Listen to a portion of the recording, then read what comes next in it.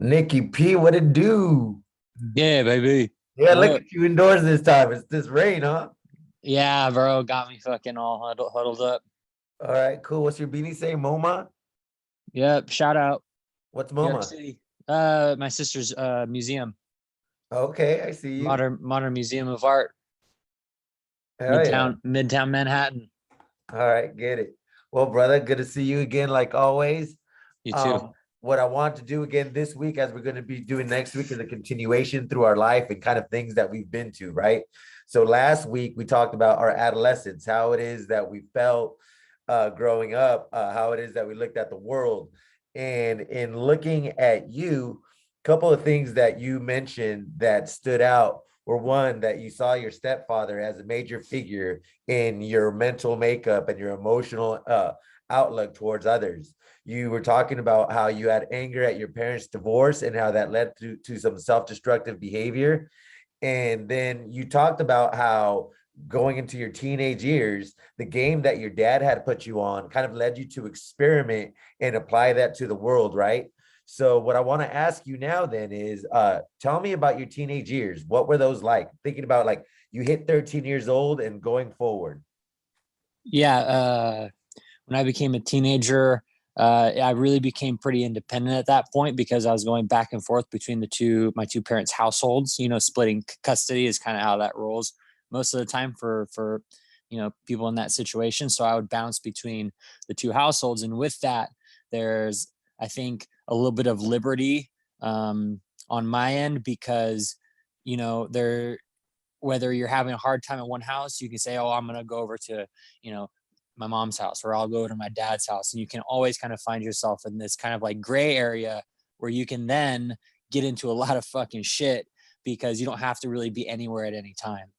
And because of that, like I found myself hanging out at like friends' houses often, partying, still getting my shit done, like school. Like I still got good numbers in school, and school wasn't really a problem for me, luckily. But um, I gained a lot of independence at that point because I didn't really have a structure as far as like a home to be at. So there's a lot of independence and understanding of like independence at that point. Okay, last time we were talking about emotions as well, right? And you're talking about how music can get you to feel something. And so, like, I've been in positions where I've been through a breakup. And so, emotionally, I feel down. So, I hang out with friends to kind of mask that, but it's still lingering there in the background, right? Did you find that when you were hanging out, you had this gray area that you were playing with, that that's kind of what you were doing, kind of masking what was going on, the feelings that you had at home? Or was it like, nah, this is what I'm doing? It was a little bit of both. It was for sure both. I think what I was having like what I feel like kids would experience when they're 18 and they first move to college, right?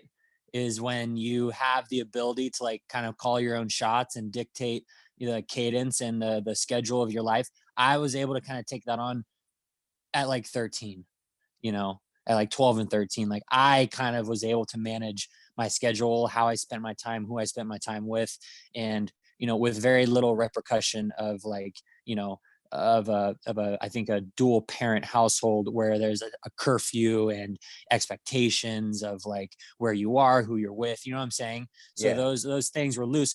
But with that, um, at the same time, sure, was I dodging some shit inside? No doubt, like no doubt. I really didn't want to face a lot of things, and but on the flip side too, like no one really in that environment wanted to face anything because it was just kind of so toxic, and there wasn't really a lot to know, because there was no one was really expressing their feelings. So to further that the conversation is there wasn't a lot of dialogue and conversation communicating people's experiences and emotions. So all the players involved, myself, my sibling, and the parents, no one really gave a true idea of how each other was feeling. It was just this kind of like back and forth, and who could be positioned to be at what area at what time. So fairly reserved emotionally, and spending a lot of time with my friends and having that kind of freedom and luxury was a way to get away from all that.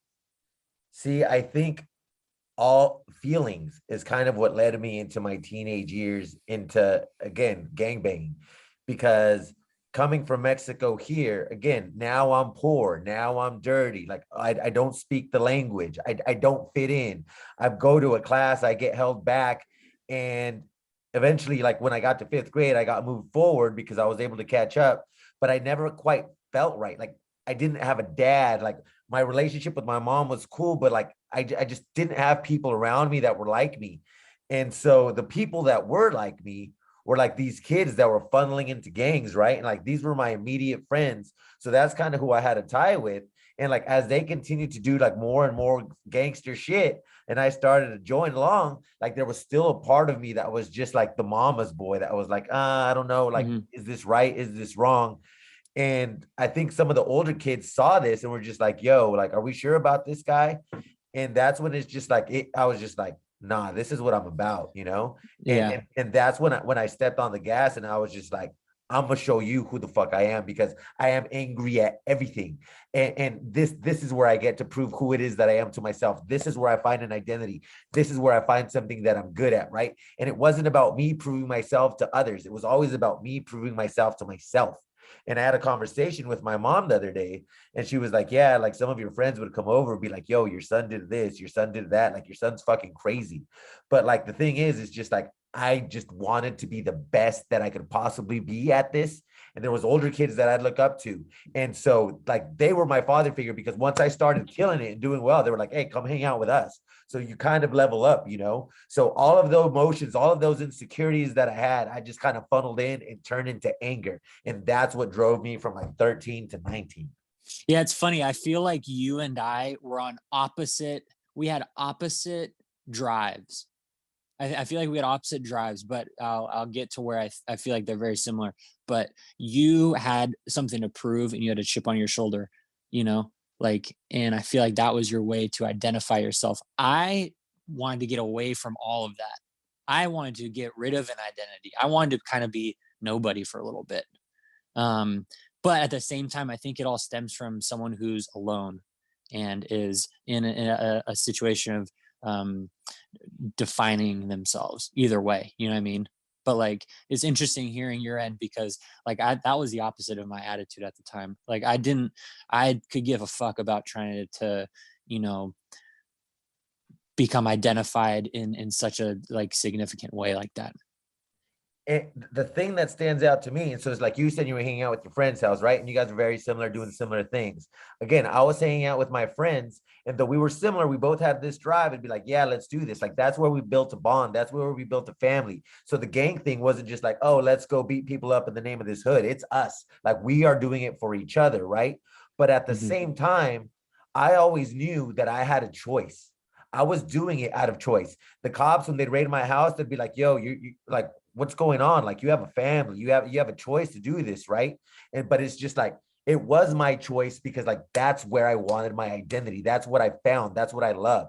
Where I'd see some of my homies and like we'd go to someone's house and like their moms are on drugs or like their parents would kick them out and like they'd end up staying at my house, right? So it's just like not everybody had that choice. But I needed that. Like that's I think that's what made me who I am today. And if I wouldn't have had that because I didn't have a dad, I don't know where I'd be. I'd just be some soft simp, or I don't know who I'd be as a person. So though, like some of my actions in my gang days, like I feel bad about because it causes harm to other people. Like it ultimately shaped me to become me and like give me an internal strength.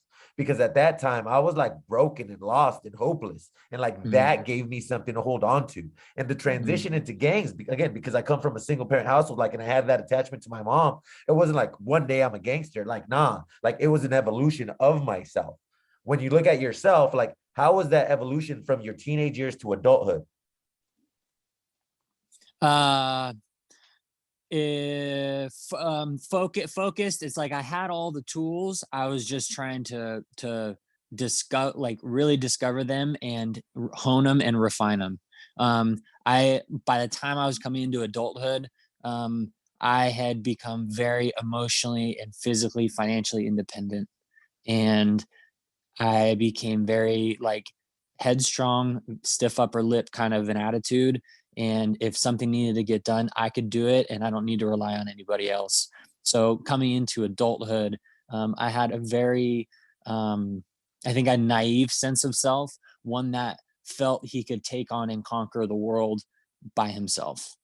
Um, and that's was kind of my attitude going into, I was ready for it. I was just ready for it because I was already kind of practicing throughout my teenage years. So like adulthood came pretty smooth for me. You know, it wasn't really a difficult transition. If anything, I enjoyed it because I found that what I was looking for, this autonomy and independence, was I could dive into even more in my adulthood. See, that's crazy to me. It's just like when you tell your story, I see you having like a solid sense of self from adolescence to teenage leading on to your adulthood, you know? And so, like, for me as adolescence, it was just kind of like coming to the United States, I was confused, you know? Once I found this gang persona, I had to drive, and it was just like, yeah, this is who I am. I'm a tough motherfucker. Let's get it. And then going into adulthood, like, we'll talk about this next week, but I started going to college, and then I had an identity crisis where it was just like, am I this college kid or am I this gang kid? And like inside the internal struggle of who I am or how I was going to behave, or like things that I would normally take as disrespect, letting go, like that was really a struggle for me. Where like for you, it seems like you've gone through, like you've had traumatic issues like that have been going on around you. Like you were pretty headstrong and solid and set forth in who you are. Yeah, there's definitely some like fine tuning to that, especially I think even more so now. But yeah, at that time, I really didn't have time to think about like who I am, you know, if that makes sense. It was more so like I just need to take care of my finances, like I have been. I need to take care of my emotions, like I have been. I need to take care of like the things I need.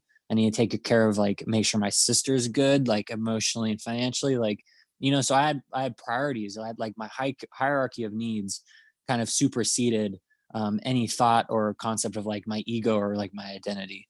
Um, But even there, like your verbiage there, like you had to take care of your emotions and you had to make sure that your sister was emotionally right. What does taking care of your emotions mean? Oh, like were you checking yourself and it's like, I need to be this guy?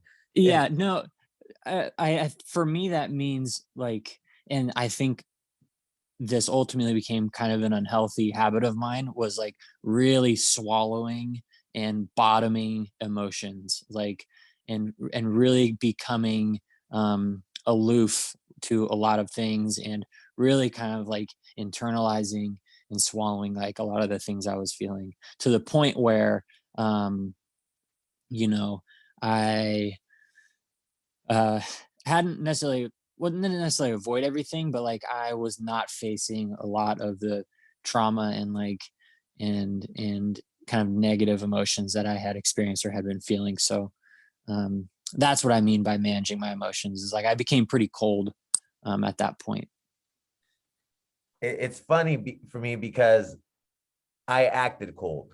Like when it came to the gang shit, I didn't give a fuck. Like, let's go. But I'd get home and I'd get home 3 a.m. and my mom's asleep, and I'd see her and I'd feel for her, you know. I know the stuff that I put her through. I put my mom through depression. Like she you know, your son's out, he gets stabbed, you know, the hospital calls you, your son's out, he's in jail. Like she went through a lot. And like I realized that because of the relationship I have with her, I realized like what it is that I did to her, and what I was doing to her. But I was just so trying to get my shit straight and trying to be like myself, trying to have my own identity, trying to find this sense of autonomy, that I kind of let that kind of go by the wayside. And so it seems that when you're talking about yourself, like, yeah, you had these emotions, but you'd kind of suppress them to, again, continue on. So I think there's a similarity there, no? Yeah, yeah, definitely. But I just became, instead I had to try to be affectionate, and like I had to be aware of like being affectionate and how I dealt with people, because I started to discover that I was a little too aloof with people and a little too matter of fact and to the point. You know, when people need like to have some communication that includes some sort of like pathos or like emotional investment, you know. So I had to kind of negotiate that with myself, whereas everything became so matter of factual for me because it was all of a kind of a survival thing. I I would say I was very similar, but I think I was more aggressive. I'm not saying that I was, but I feel like I was more aggressive about it because at that point in time, like I didn't give a fuck about other people. Like I didn't care whether I just respected people. It was just like, this is who I am. This is what I'm going to do. Let's go. And it wasn't until like I was 18, 19, where I started seeing the interconnectivity between people and amongst people. And I started like letting that part of myself grow a little bit. So how would you say those teenage years where you kind of numbed yourself developed and evolved into who you were in your 20s? It made me aware of how I needed to become more like gentle and soft with like emotions and how people feel. Um, but I definitely like was pretty distant a lot of the times in my adulthood. And then it became more of like a what's good for me type of situation. So like focusing on, if it became a big focus on work at that point, because I got my undergraduate and I got school done and knocked that out. And then it was about like making money and sustaining. And so if you could talk to a kid that is very similar to you in that teenage, in those teenage years, what word of advice or what words of advice would you give them? To take a second to slow down and appreciate those who are looking to reach out and give a hand to help you, even though you don't think you need a hand for help. Do you feel that there were quite a people trying to lend hands out and you just kind of were shutting them down? Yeah, for sure. And maybe not like desperate hands of help. Like I wasn't in any way like in a desperate like form. But I just know that there were people who definitely wanted just me to do well and be okay. And I would either brush them off or discount it and say, no, I'm good. You know, I'm good. Not in a disrespectful way, but like I just think I could have gained a lot had I had slowed down and like taken advantage of people who were there to want to like help me talk through shit or handle something, you know, just little things like that. If I could give a word of advice to my younger self, I would say to just listen to your heart. Like that's who you are. That's the biggest piece of you. So like go with that. Mm-hmm. And by shutting that down, you shut down yourself. So don't do that because that's ultimately what's going to help you grow as you move forward. And Mm-hmm. so in closing, I'll end up with a song for us today. And I'd just like to say Dear Mama by Tupac, because Word. I think you could hear me almost about to cry now. Like that just speaks to my life, you know? And Mm-hmm. I think that though we've both kind of gone through different paths as to becoming who it is that we are now, I think that we'll find a lot more similarities when we get to our 20s. One, because I did know you in your 20s and I know what you Mm-hmm. were like, and I know what I was like. So, anything you want to say in letting us go, Nick? No, this was a good one. Thank you, Manny. Thanks for doing this. Thank you, brother. I'll talk to you soon. Word. Later.